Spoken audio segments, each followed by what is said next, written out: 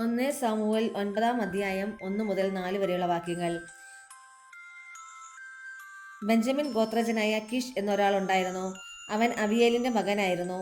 അബിയേൽ സെരോറിന്റെയും സെരോർ ബെക്കോറാത്തിന്റെയും ബെക്കോറാത്ത് അഫിയായുടെയും പുത്രനായിരുന്നു.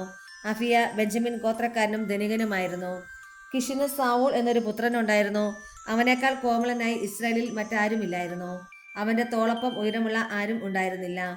ഒരിക്കൽ സാവൂളിന്റെ പിതാവായ കിഷിന്റെ കഴുതകൾ കാണാതായി.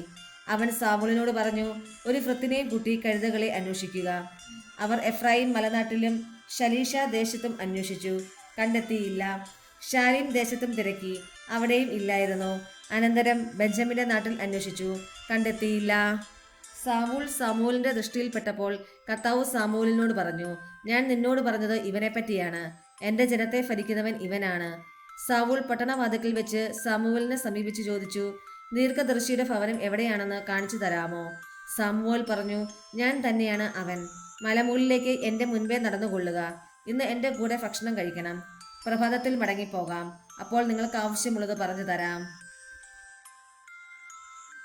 സാമുവേൽ ഒരു പാത്രം ഒലിവെണ്ണ എടുത്ത് സാവൂളിന്റെ ശിരസിൽ ഒഴിച്ചു. അവനെ ചുംബിച്ചിട്ട് പറഞ്ഞു, കർത്താവ് തന്റെ ജനത്തിന്റെ ഭരണാധികാരിയായി നിന്നെ അഭിഷേചിച്ചിരിക്കുന്നു. അവിടുത്തെ ജനത്തെ ഭരിക്കുകയും എല്ലാ ശത്രുക്കളിൽ നിന്നും അവരെ സംരക്ഷിക്കുകയും ചെയ്യണം. തന്റെ അവകാശമായ ജനത്തിന് രാജാവായി കർത്താവ് നിന്നെ വാഴിച്ചിരിക്കുന്നു എന്നതിന്റെ അടയാളം ഇതായിരിക്കും. നമ്മുടെ കർത്താവായ മിശിഹായ്ക്ക് സ്തുതി.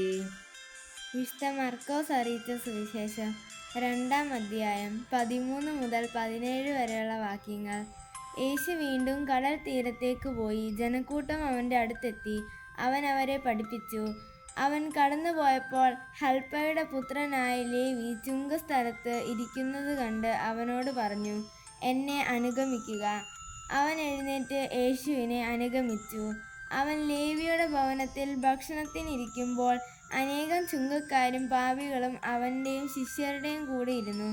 കാരണം അവനെ അനുഗമിച്ചവർ നിരവധിയായിരുന്നു.